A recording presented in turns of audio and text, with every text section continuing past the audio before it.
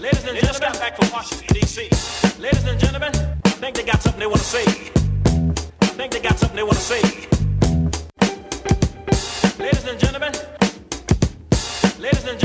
I think they got something they want to say. Washington, D.C. I think they got something they want to say.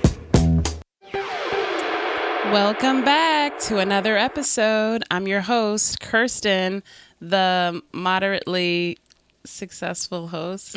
I'm really bad at this. Like, Chris, help me out. I liked the one you dropped last time. I can't remember what it was. I know. But I kind of liked it. I can't remember it. Go back and listen to it. I got to go back and listen to what it was. Dang. Okay. And I have, today we have another guest host today, our special guest. Hello, it's the liberal lobbyist. Yes. Norah Yahyah. Norah Yahyah is in the house. And we also have, of course. Hello. Everybody's favorite conservative in New York, Christopher Wright. And we are the Politricks Podcast. Today we are on episode 26.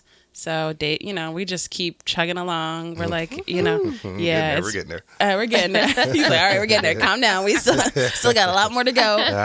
Listen, we're doing this until 2020, until we have a new president. So a new president. Well, it's 2024. That's quite a bit of time. Okay. Thanks to everyone for listening and sharing the podcast and leaving comments. Please continue to share it with friends and family. Follow us on Politricks Podcast on Instagram, Twitter, Politricks Pod. Find us on YouTube. If you're listening to us on YouTube now, click like, leave a comment, and hit subscribe. We're on all platforms, Apple, Spotify, SoundCloud, iHeart, Anchor. So there's no reason why you're not listening to us on every you should be listening everywhere. And if you're on YouTube, share. Can't forget that. Yes, that's share true. As well. Yes, come on and help us get this podcast charting with the rest of the political podcasts that are out there. So today our special host is Norah Yahyah, and she's a New York lobbyist and also a stand-up comedian. And she's here, gracing her presence here. And she's going to give us some great commentary. She's a liberal, guys. Oh, yeah. Now we're back to balancing the plate. Because last week we had, what do we call, is he a libertarian? Like more libertarian, I'll say. He libertarian leaning, independent. Yeah. Okay. But he's still he's a Trump right supporter. Now, at the Trump supporter. So at the moment, he supports a conservative president or, So. Yeah. Shout out to Alad. Alad is one of our, he's. Alad. I see. Look, I usually say it. I've been saying it wrong. I heard him say it last time, and I said Alad. Okay. Yes. Like Aladdin, like the first time I met him, he said. Yes, that's his. Okay, so Norah, tell us a little bit about yourself. Yeah, I've been in New York for 10 years and working for government or nonprofits or lobbying that whole time. Mm-hmm. I've worked for multiple different nonprofits and worked in city government, managing several different budgets, including the Department of Education. Wow. And now I'm a lobbyist, and I represent 11 different nonprofits and try to go get the bag for my clients, basically. Yeah, I like that. Oh, yeah. From the government. Get that money. From the government. Yeah. And tell us about your stand-up comedy, because that's like two different worlds. How'd you get into that? It is. It's something I always wanted to do, and in my family, I was the smart one. I feel like every black family is kind of funny. So, I feel like,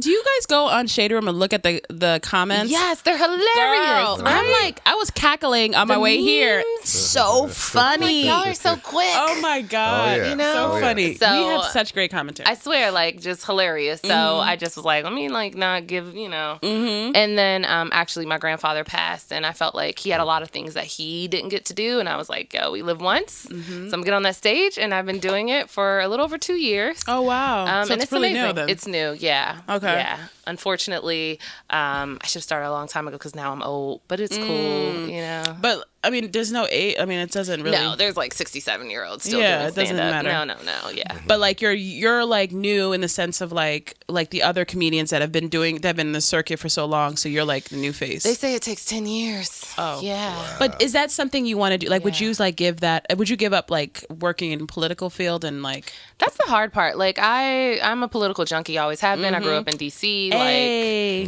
I was Baltimore. We got a Baltimore. Hey. He's from Maryland. Okay, Maryland. All right, He's from Rat City. Hashtag no comment. My sister lives in Baltimore. One of them. No, I'm just kidding. To Baltimore. No, I love this. I love this city. I'm just joking. Baltimore. No, but also I don't. But no, DC, and we were talking, and I started interning for Feinstein at 17, like on the Hill. So one of your favorites. It's just in my blood, so I can't. Senator Feinstein. You love her, right? She's amazing. No, I have absolutely no comment right now. I'll let you ladies talk. Not a Brett Kavanaugh. The Brett Kavanaugh supporter over here. Hey, shout out to Kavanaugh. Listen for Kavanaugh, my boy. Oh no, this is gonna be a lot of fun. I know. Oh yeah, it's gonna be a lot of fun. So yes, I don't think I would totally give it up, but I would like to find a way to bring the worlds together. Cool. Yeah. And like, I guess if you had to say, I know you said you're not a political comedian. Like, no. It's about your. I just feel like it really divides the room. You know, like I don't talk about Trump per se. I might talk about what's current, like gentrification. That's just a real thing. Right. But I try not to bring in too many politics, just because I want to make everyone feel light and forget their worries and their day and just like laugh and be free. You know. Real talk. No, real talk. So yeah. You had said something a couple episodes ago that was so. Remember, we laughed. We thought it was so funny. He said like your church, like you go to church and it's like and they bring up Trump. Like when I'm in church, I'm like, I came to hear the word of God, not talk about Trump. What was the saying? Like pray for us. He says. Sometimes I gotta hear myself, and I said, "Did I say that?" He said, "Pray for us while we have this president here." And it's like, but you think about it, it's like, why do? I mean, it's kind of unfair too, because it's like if there's parishioners that are there who support, Trump, like how do you it isolates them? But like I said, it divides the room, even in church. You know what I mean? And that's why I respect people that don't bring up Trump's name if they're doing whatever their profession is, sports, whatever. Just you're doing what you do, and hey, are you entertained? Are you good? And I'm good. Right. And that's all what it's all about. I came here to get away from politics. So right. We're bringing it everywhere. It seems like super important. Well, all right. Well, speaking of Trump, how was everybody's week? I don't know. That's not a really good transition, but how was everybody's week? Speaking about Trump, hey, I hope you guys had a good week. I don't know, because Trump's just not having a great week. So I'm sure all of us are having great weeks, better weeks than he is. It's been a long week, and it's not that late in the week. So how has the last couple of days been for you? I just got back from Denver. I had like a girls' trip. Sweet. You know, me and my friends. It was like not very many black girls that went to Duke, and we get together, try to annually, and so this was like our annual. Duke basketball, shout out. North Carolina? North Carolina, Ooh. Durham, yeah. Nice. That's what's up. So that I actually wanted to go to Duke when I was young, and then I didn't go. And then the lacrosse scandal happened. No. I was in college when that happened. Yeah. That was. Didn't they come out to be innocent though? Wait, were you in class? Well, wasn't it like they were like stripper? Yes, they were. They're like strippers. It was a hashtag Me Too movement, supposed Me Too movement. What they didn't report was when the lacrosse players told her to thank her grandfather for their cotton shirts. So there was a lot of underlying craziness. Yeah, I mean, these were just rich kids that were like. That's rich. A lot of them from Maryland, Potomac. Rich place. Very blue state, by the way, guys. Just throw that in there. It is, thankfully. So how was your week, Chris? What did you do? I ran to Antifa. Oh, you sent us that video that weekend. That was scary. Yeah, I was leaving Trump Tower, and I was going about my day, and I saw a group of individuals marching down the street with a big banner sign saying, like, no fascism, no racism, no something, blah, blah, blah, blah. You know, the BS guys, you know what I'm talking about. So I see it, and I know immediately, I'm like, this is Antifa. So I get my camera phone out. You know, it's everybody's favorite conservative in New York. I'm like, I got to give you the info, the straight head, the facts right there in your face, not the Anderson Cooper nonsense. So I turn it on, and I start recording them. And while I'm recording them, you see a bunch of course, soy boy beta males in the front looking like zombies. But anyways, I went around to the side in the middle, and when I get there, somebody says, "Oh, there's a fascist, Christopher Wright."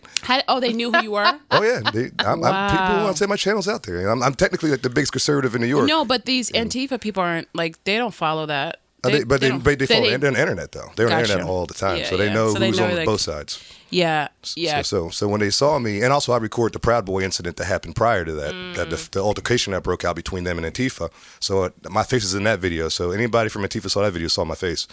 So when they saw me, they said, "There's a fascist Christopher Wright, yada, yada, yada." And then I'm like, so I put the camera on me to show everybody, hey, look, there's a black dude that they're calling a fascist, by the way.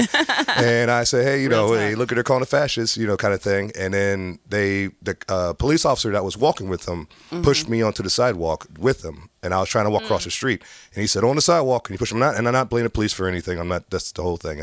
They're doing what they're told to do.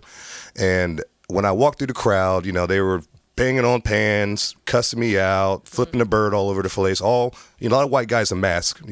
That's Anyways, so I was walking, and they were getting all my ear, on my face, and the black dude that was in the crowd, the token came up to me, and he started, cussing me out, and where you live? I know you're out in Brooklyn. I watch your videos. You off a decab. Blah, blah, blah, blah. I'm gonna find you when I see you, kind of thing. All that nonsense. All that. I'm not gonna say the word, but you guys know what I'm talking about. That kind of dude. And he was in my ear, so I totally ignored him. Yes, you guys watch the video. He wasn't even like he didn't even faze me.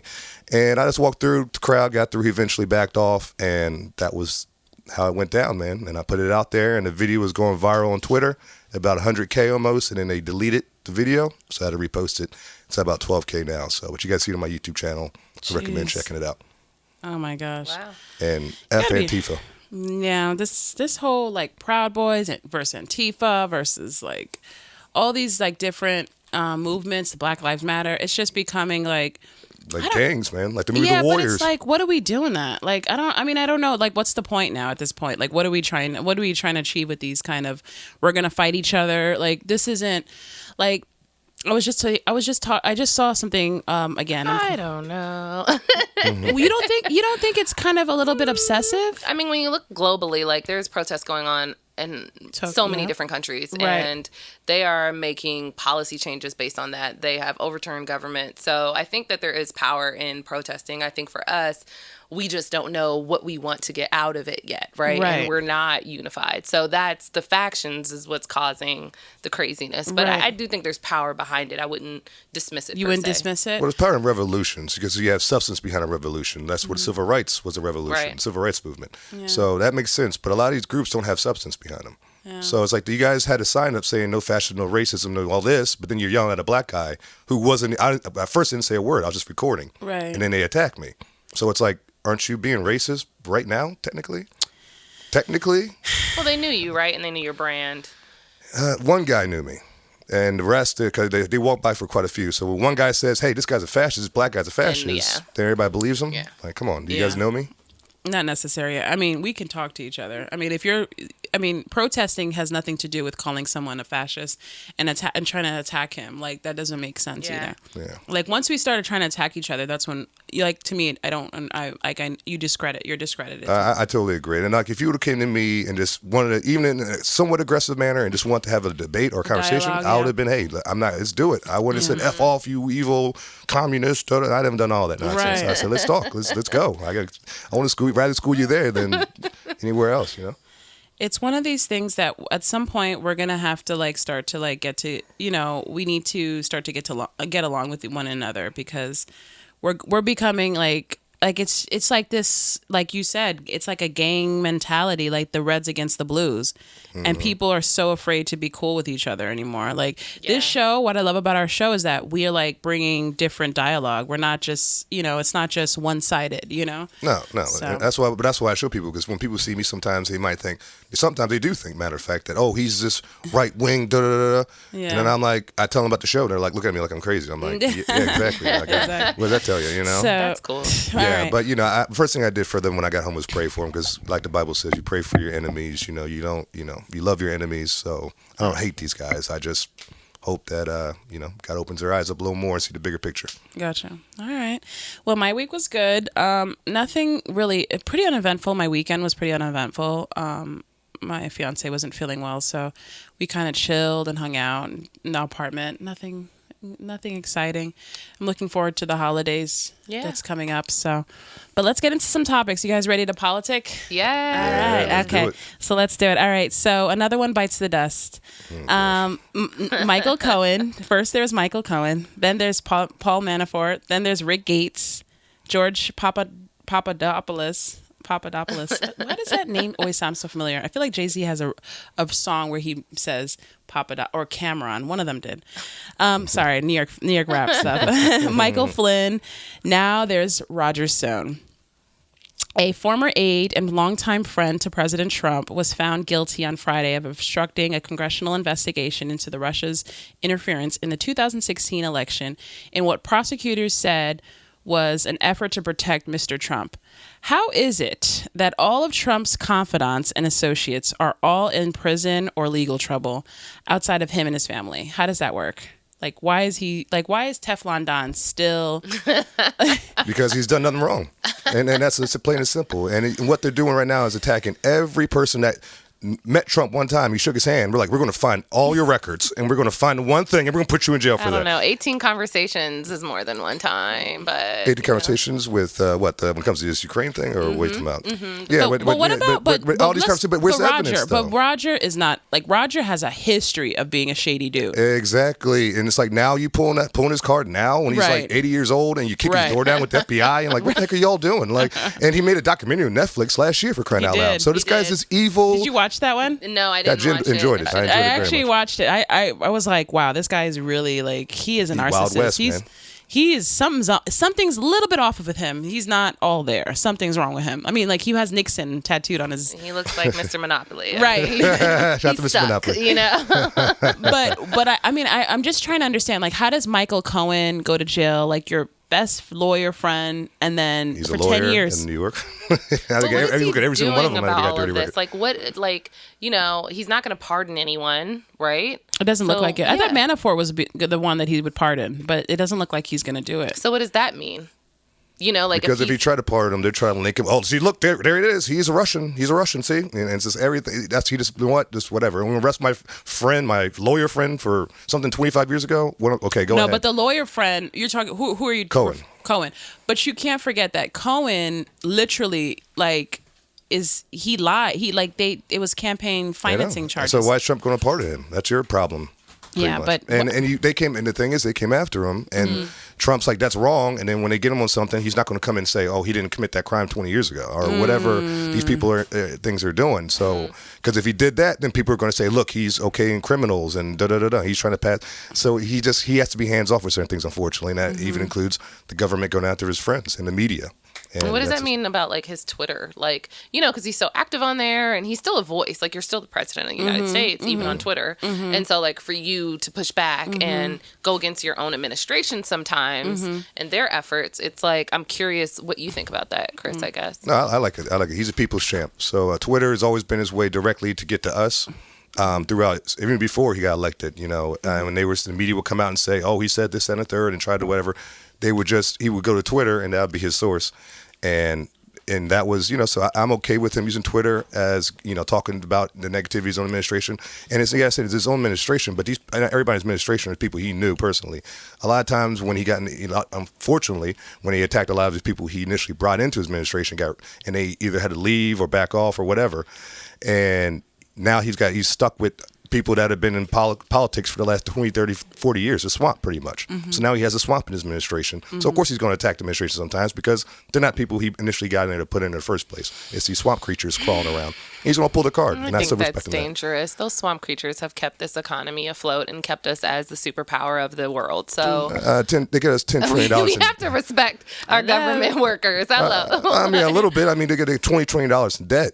And they got some wars that were... that was not them. Don't forget, you know what we forget? You're Republican. I know you're not Republican. He's conservative. He doesn't consider himself a Republican. But we can't forget, Republicans have, like, GW... Like what he did, Reagan. Is he not a politician? I'm talking about politicians. Right, but I'm just saying, like, it's not. You weren't pointing. I'm saying general politicians have done this to us. So you're saying that right now the reason why you like Trump is because he's not a politician. Because I mean, Reagan wasn't a politician technically. That's most of his supporters. Most of his supporters. Yes. They feel like they're not career politicians. Yeah. And there's been presidents in the past who weren't politicians who were great presidents, who were businessmen. So it's not in like just, Trump's a businessman. How could he be president? There's been 5 or 6 previous presidents who were businessmen, mainly in most of their life, and they became presidents, and they were great presidents. So we needed a businessman. We needed somebody. Another one? Who was another businessman? Teddy Roosevelt was a businessman. Oh yeah, he was good. You know, he didn't become president, but Kennedy's father was initially supposed to be president, Jack, and he was a huge businessman, and that's the reason why they wanted him there so bad. But you know, scandals. Well, I mean, I'm just confused. I think the next person's probably going to be our former mayor. Like, I think he's next on the. I think he's going to be. I think him and his Ukraine buddies, that he had lunch with right before they were headed out for like they had one-way tickets out. Come on, if that optics alone of that is not like hilarious. Like, you talking about Bloomberg? You talking about, no, don't. I mean, even though I'm not a Bloomberg, I'm not a Bloomberg supporter, so you're not hurting me by saying that. I'm not a Bloomberg supporter. I'm talking about they call him America's favorite mayor, Mr. Giuliani. Oh, yeah, the one who stuck us through 9/11. Way more better than the president did at the time. Well, he only took us through 9/11 for 4 months, and then after that, Bloomberg came on. Mm-hmm. And then, what did he do, really? Because, like, I was here. He stood up and fought. And, but what did Giuliani really do? I mean, what Bush should have done. Bush backed away, and then Giuliani took it and stood and acted like president for that time period. And that's why people love the man so much, because he stood up in the president, where the president's supposed to be doing. Remember the president was like sitting and like reading nursery rhymes? Of course, do you remember of that? course. He kept reading. Like, he kept going. Like, they were like, and then his excuse was he didn't want to interrupt the kids. Yes. Oh, yeah, the poor didn't kids. Didn't want to scare the kids. I'm like, okay. Like, that don't even country is on fire. Like, that face said it all. Who? Oh, my God. And then Katrina. Oh. But Bloomberg, I can't. Okay. All right. Hey guys, it's Maxine here with a special message for our listeners. I want to thank you for listening to Politricks Podcast and wanted to share an exciting offer to entrepreneurs and supporters. We are now offering businesses the opportunity to be advertised on our show during this mid-roll. If you're interested, please email hello@politrickspodcast.com. We are also taking support from our listeners through the Anchor app. Just click the Support This Podcast button and you can give whatever you want. The funding is helpful to increase our production so we can add video and start marketing and advertising for our podcast. We appreciate you, and please continue to listen to the show. Next topic, guys. Let's get into some Bloomberg, since we're talking about Bloomberg. So Michael Bloomberg is reconsidering entering the presidential race.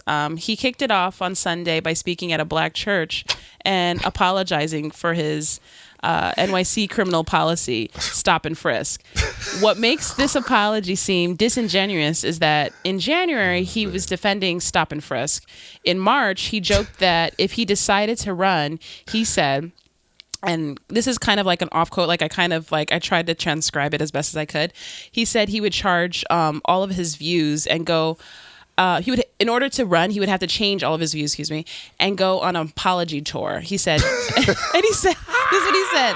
He says Joe Biden had to apologize about being male, over 50, white. He apologized for the one piece of legislation which was actually a pretty good anti-crime bill.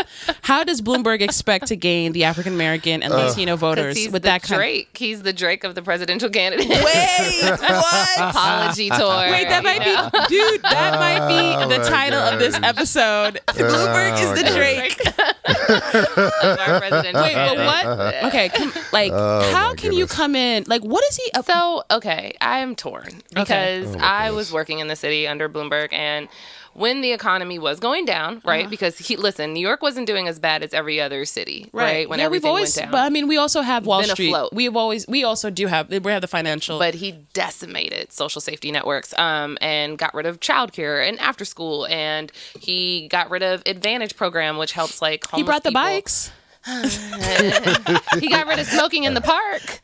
He's very paternalistic. He's the one who first instituted that you can't smoke cigarettes in the clubs, restaurants, parks. That was him. So that's okay. Are you mad about that? No, but that's why I'm torn, because then you look at everything else that he did. He got rid of the Advantage program, and that helped like people who were working poor, right? Mm-hmm. And maybe you need an extra $300 a month to be able to pay your rent. So that was the Advantage program. He eliminated that, which increased homelessness by like a ridiculous amount. Right. And so it's just like, his politics, and then stop and frisk, like the most inefficient policy that he instituted across the city. Right. So if for no other reason, forget, racism and everything else, it was a waste of taxpayer dollars having these officers out here for a 0.1% success rate. So I just think not a fan. Yeah, but running, how is he going to even convince black people? And by like apologizing, do you think that like Do you think that was like effective? No, I don't think so at all. I think people have scars that they won't forget. And also, like, how are you going to get the red states on your side? Like, you're a Jewish billionaire. So, like, you know, you have more work to do than just Black America, right? Right. Yeah, you should learn from that commie de Blasio. It ain't going to work, brother. It ain't happening. The commie. It's beautiful. Che. You saw the pictures when he was young with the afro with the Che Guevara shirts on. Let's be real here. So what are your thoughts on it? He has no chance. If he's Drake of this, then Trump is Pusha T. And he's going to crush him. Let's keep it real here. You like that one. Yeah. So the only one to ever get Drake off his for a second. He got him a little bit. It got him off the ropes. Everyone was like, Drake is going down. I was like, seriously, he did it. I was like, you know you're doing, Drake? Yeah. I was like, because Drake was feeling himself right there at that moment. He's that album coming. He's like, I got the album coming, dog. Boom, where's Pusha? And I'm like, Drake, calm down. He was mad hype. Pusha was like, take care of your children. Right. Oh my God, that was like left field. Oh man. But no. He seriously, I mean, just let this whoever's out there now be out there. I mean, I think Hillary has a better shot than coming back and doing what Bloomberg's doing. Here's the thing about Bloomberg, though. If there are projected revenue forecasts that show there's an economic downturn coming, right? Like, that's just how the economy works. Everything is an up. Right. Yeah, I mean, once you have a Republican, you know, got an usually upward slope, like downward. There's always a recession. Yes, continue. A recession is coming. And usually after Republicans managed it well. So that's the one thing where I'm like, listen, if we need someone who's going to keep this economy together, he might be someone you could consider. That's the only thing he can run on. The only thing he can run on is the economy. Yeah. Like, because he did bring a lot of big business to New York. He did. That's the only thing. I mean, sometimes you have to kind of take away, and this is what some of us, especially people of color, we need to start trying to do better, is taking away emotion out of decisions, because when you look at what's best for you, sometimes it's not what feels good, right? Yes. So that's why you'd be thinking more conservatively if they did. Well, I wouldn't go that far. There's certain circumstances where I would agree that we should start to think a little bit more conservatively with certain things. For like, as like in your community, I do believe that there are certain things that we should start, like, you know, we talked about like victimhood and stuff like that. Like, we need to get out of that victimhood mentality. I agree with you. I think that's something that people of color, because they've been the victims for so long, that you can understand. So, like, just psychologically. Well, I wasn't here for that conversation, but we can even but that's the thing. It's like we can. I mean, and honestly, I don't know if it hits him wearing on me, but because every week he's like, well, wait a minute. No, I know. But in context, what it is, Candace in here. No, it is. But let me tell you something. For people of color, in order for us to start to do better in our communities, personally, there is something that we need to get over, just being, we have to rise above. We have to. That's the only way, because that's how it's happened that's how civil rights started. They had to rise above. They had to create. They couldn't, if they sat and they didn't do anything, imagine if Martin was wearing skinny jeans and just pointing and blaming everybody for every little thing that happened. Okay, he takes it a little too far. But technically that's what I mean. It's like we have to stand up for ourselves. And one of the things, it's like we have to stop getting gaslighted, though. Like, you know, there's some real history that we need to address and talk about as a country so that we can get to healing. And it feels like sometimes like I'm being gaslit. You know what I mean? Like, I know this happened, but you guys are acting like I'm speaking like it never existed. Yeah. Well, I mean, and history, I mean, I can't strike history because there's, like I said, there's a lot of... Like you understand why people of color become victims, because they've been the victims of violence and trauma. But there's some blacks who haven't, but still play that card because they know they can. And I don't. Because I had, like I said, I had both parents in my household. Did I live a perfect life? No, but I had both parents in the household, so I grew up a certain manner. So I'm not gonna, when things happen, I'm not gonna say, "Oh my gosh, it's because I'm black." I'm like, no, I have equal opportunities to everybody else. Like, I grew up with white kids. I would beat them in sports. I would beat them in different things in the education department. I didn't look at white people like, you're better than me. You have advantages over me. I'm like, no, you're my competition and I will win. And I went in there doing that, and that's what got me through it. Some of them do have advantages. Like, the reality is, like, in this country, there were state-sanctioned laws, federal laws with redlining, not being able to own property, which impacts your generational wealth. Like, that's what I mean by not acknowledging it and feeling like we have the same soil. Nah, your soil was fertilized every day. My soil is red clay. We talked about you, and we talked about you having both your parents, and just having is a kind of a privilege. Just having both your parents in your life, having a father that's in your life that's helped, like, not everybody had that. So there are some, like she said, the soil it's not the same for exactly, everybody. But like if you're in somebody like in my shoes, then don't play the victim card if you're in my shoes. Lead if you're in my shoes, and show other people you don't have to be victim. This is why I know it's hard for you because you've been through the situation, but I haven't. And look at where I'm at. Look what I'm doing. You can do the same. Let me show you how. That's what we need to do. If people aren't in your shoes, then you give them a little bit more leeway. Of course, you give them a little. Yeah, my dad worked at Charles Hickey School, the largest detention center in Baltimore. So a lot of kids I met there, 99% of them didn't have the advantages I had growing up. But when I met them, I was like, what? At first I was like, whoa, geez, Dad, where you working? But then but I'll watch them because I was a fear for my dad at that point, and I'll see how they carry themselves with my dad, and everything with my dad was yes, sir, no, sir, much respect, all this respect, and that means they showed me they could be a man just like me with the respect just like me for different people if they were shown a way. So my dad's showing them the way. And that's somebody kind of showing them, hey, you don't have to go the negative route or pull the gun out. There's other options you can take. Hey, look, I'll show you. And look, I did it, and look where I'm at. You can do the same. Well, I mean, we go off on tangents. You'll get to know us. We go off on so many tangents. The question was, it's a good point to bring up, but it's what we were just to bring it back to, why do you think that the people of color? How do you think that he will appeal to people of color? And I was just saying that sometimes, I can't see Bloomberg going that far, but like you said, for the economy, I don't know if there's any social programs that he's supporting. I don't know what his policies are. So I can't even jump in. All I know is that he had just apologized for stop and frisk. Apologize to me is pandering. Just out the gate. Yeah. Here, I'm here to pander. That's enough of the pandering. To bring the policy.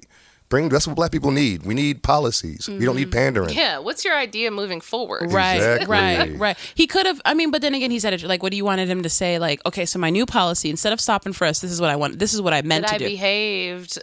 I don't know. What could he have said that would have made people like, if he doesn't apologize, then people are mad. Then he's like a Biden. But if he does apologize, then people are still mad. Like, it's like, what? Because it's not genuine.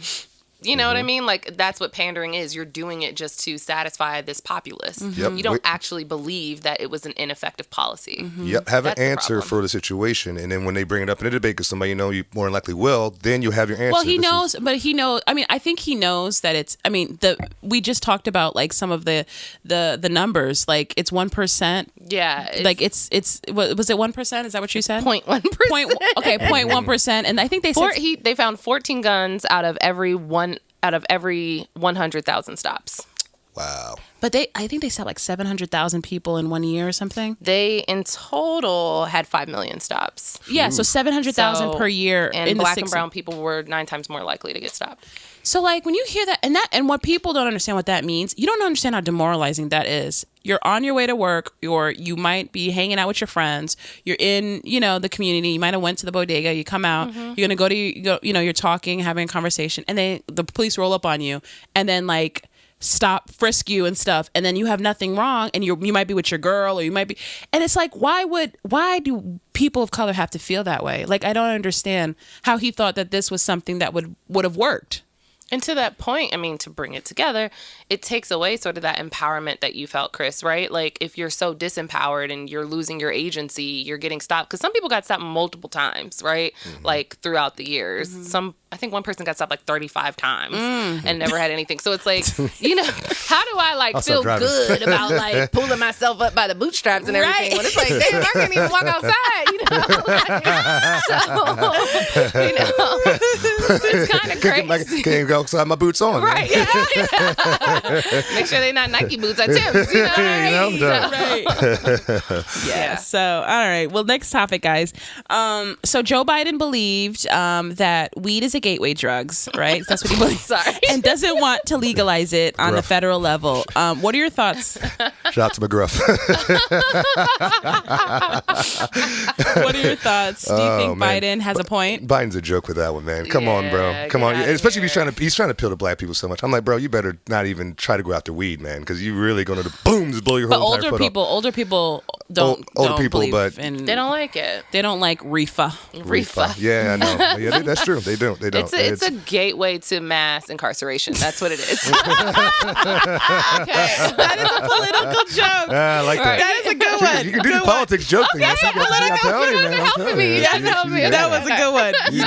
That one you should use on your set tonight. That's what you should use. Oh, that was good. So, I mean, here's my thing on it. My point is, I think, and I'm going to be the devil's advocate here.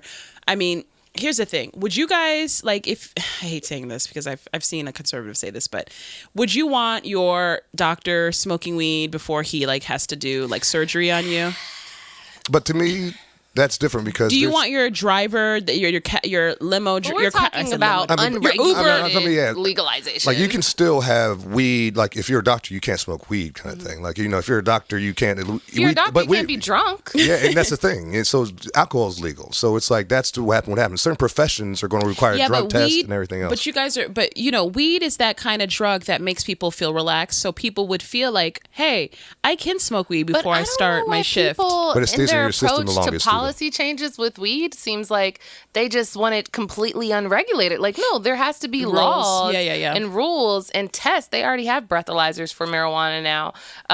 One state is starting to employ it. I forget which state. So, like, when you're driving, you have to, like, breathe in it, right? Oh, okay. Which is problematic because weed stays in your system longer. Yeah, in your hair and everything. But those kinks have to get worked out. But we need regulation, you know, and that's what legalization would do. Okay. Like, regulate the usage. Right. So you guys don't think it's a gateway drug? I mean, if you look, I'm being honest. Look, I'm being honest. Like, I can't. I something like that. You can't speak for yourself, but I can. I'm going to be honest. I do think in a way it is a gateway drug. Oh, shoot! And look, this is somebody who's gone to the next level of drugs. No. That's what I'm saying. That's not personal. This is not personal. I made that clear. Take it, not guys. personal I'm a heroin addict as well. But this is what it is. I grew up in the opioid crisis, and I grew up in the area in a suburban area with a lot of white people. A lot of white people got caught up in the opioid crisis, and I witnessed it firsthand. They were smoking weed, a lot of them in middle school, and they went from smoking weed to boom, right to the heart, almost the hard drugs. And it wasn't that the fact that it was just it's marijuana. It was the fact that they loved high, that they were addicted to the high. Yeah, they went to go higher and higher. Exactly. So when they got the weed high, everybody knows who's smoked the marijuana. About smoking it for a couple months. You're gonna feel relaxed, but you're not gonna be like the first time you smoke weed and running around the backyard like a madman or something. You know what I mean? So that's what happened with them. But what about the fact that, like, in, like, places like in Europe where you can, like, I'm just, I go back and forth. So, I'm sorry, people. I know you guys are like, what side is she on? But we also have to take into consideration, like, the fact that, like, in Europe, you have kids that are 7 years old that can drink liquor or wine, right?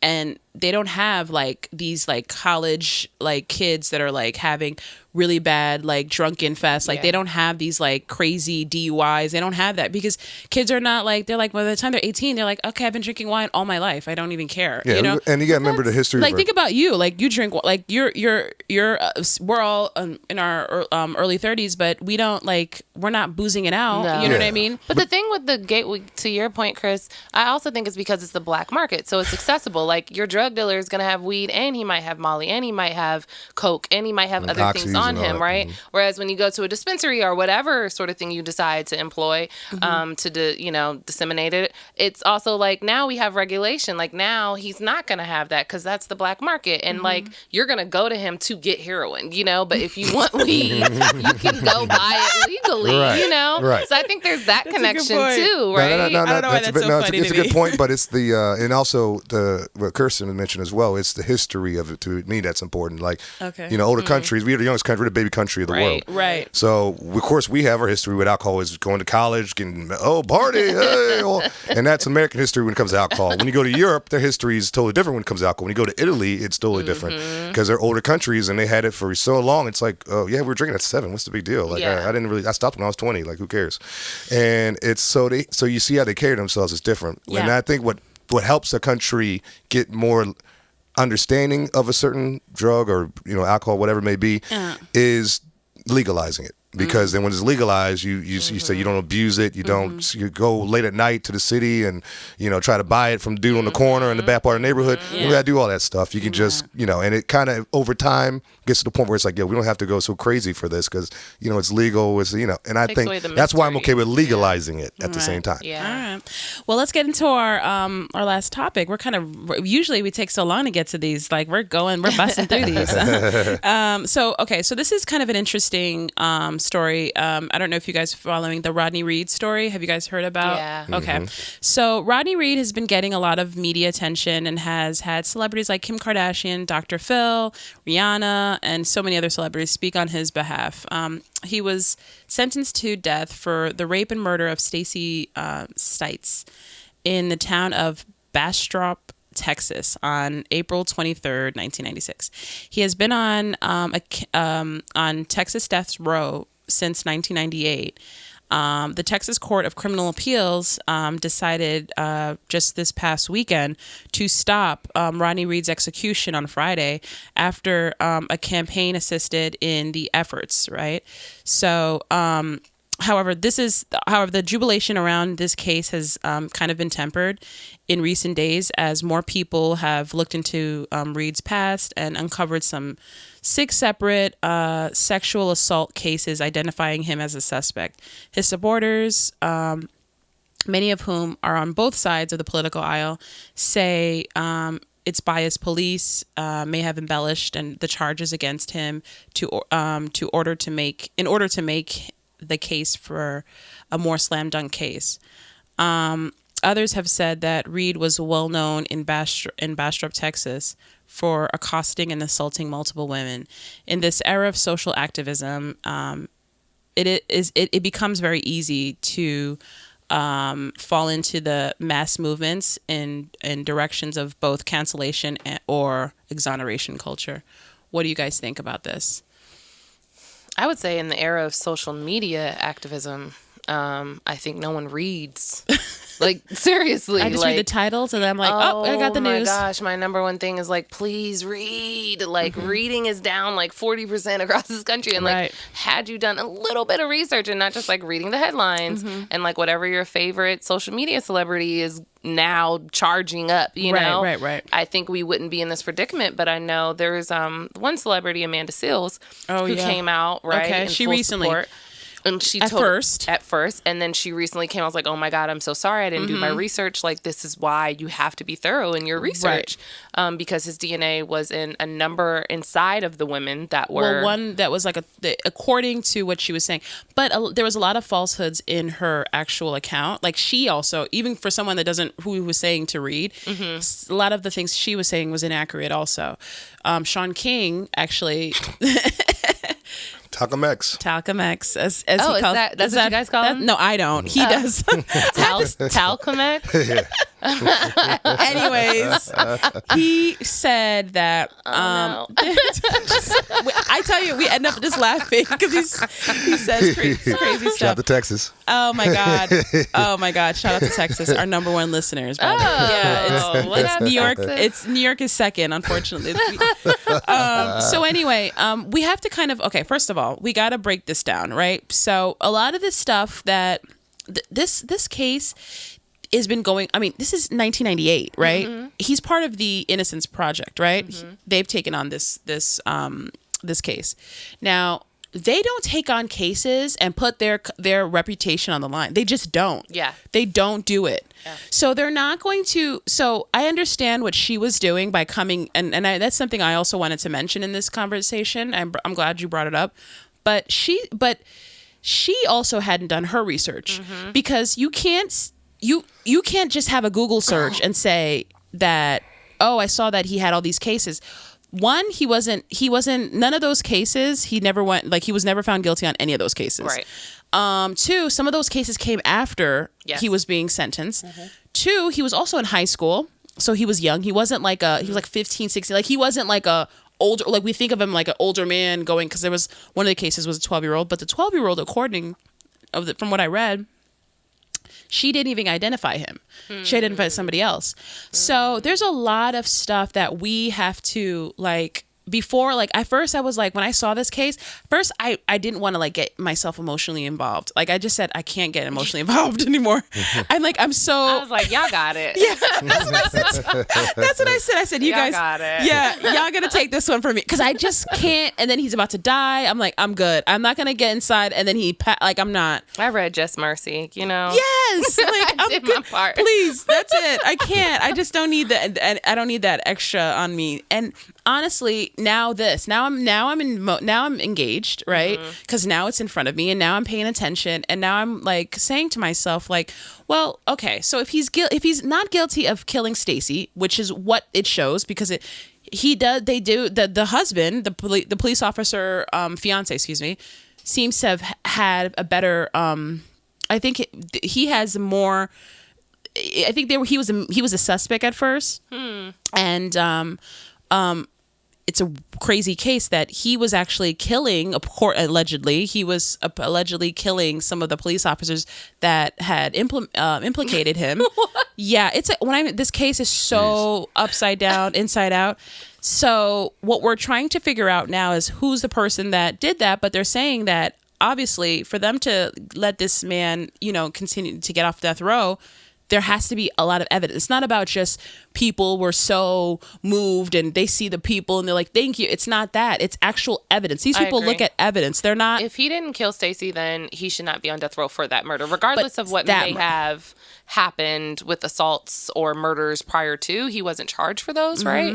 So then that's a totally separate, different trial. So like, I do agree. Like, we have to figure out our due process system. Like, we can't allow social media to be the ones that do that for us. But then how does that work? So are we supposed to because that's something I wonder, why would the Innocence Project take on a case of someone who has all this baggage? Like, this is like, he's brutal. If this is true, he's obviously a threat to women. You know what I mean? Yeah. If some of these things, maybe Stacy, he had a relationship, which, from what it seems, some people have said, yes, she was dating this man. And some other people said that the police officer fiance also, kind of, he was kind of boasting about the fact that he had killed her because she had a relationship with a black man and that wasn't going to happen, So I don't know. I mean, like, how does this, like, how do they put themselves at risk for this? I don't know. The Innocence Project. I mean, I don't know. I think listen, if they see that there's a reason to have reasonable doubt, or the evidence isn't all there, or they can't prove his guilt, then I think that he should be off of death row, right? Yeah. But then allow the other cases to come up and transpire the way that they need to happen. Right. So I just think that we have to get better with like hearing something and then immediately reacting. Right. Right. What do you think, Chris? I mean, and of course, innocent is until proven guilty. Right. This case was so complicated, man. I was I'll be honest with you. Like, when I heard about it, I was like, man, what are they talking about? Then I looked into it. I'm like, okay, all right. And then it's going this way, and then it going back that way, and then I'm like, man, it's just my thing is this, man. Keep him off death row until all the evidence is clearly laid out from all his past crimes, supposed crimes, everything. But it all lays out. They say, here it is. Now make a decision. I'll make a decision. And if he did those sexual crimes and the past assaults, and he needs to serve his time for those. Yeah, I mean, he's been in jail for 20-something years. Yeah. So, well. Does he get like time? And definitely get time off. From if it's like a thing where it's crazy, man. Yeah. I just hope that for the sake of like us, like social media, you know what I mean? Because this would really be like a like for everybody that's like been supporting. Exactly. Like, this is gonna be like the Me Too gone wrong, like Black Lives Matter, like hashtag movements gone wrong. When we've like, you know what I mean? This is like a scary. Like, this has to. He's got to be innocent, and if he isn't, like, all right, like, I'm going to be really pissed. Yeah, and that's the thing that I was worried about. When he got prison reform taken care of.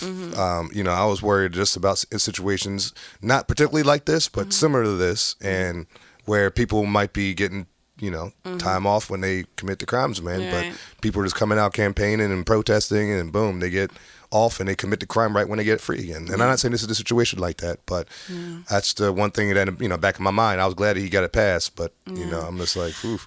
I'm gonna leave it like with this thing for you guys to kind of marinate on. This happened in 1996 in Texas. Does anybody know who the governor was of Texas during this? Bush. Okay. I was going to say Bush. Okay. So let's just and does anybody Jeb? know? No. W. Our former president. And does anybody know his actual what he's known for? In his what he's actually one of his record. So George. Oh gosh, I'm scared. No, do you know? Sexual assault? No. Oh, he did have something, but it wasn't sexual assault. No, he did have some weird thing, but damn, I didn't even think of that. No, that wasn't what I was gonna say.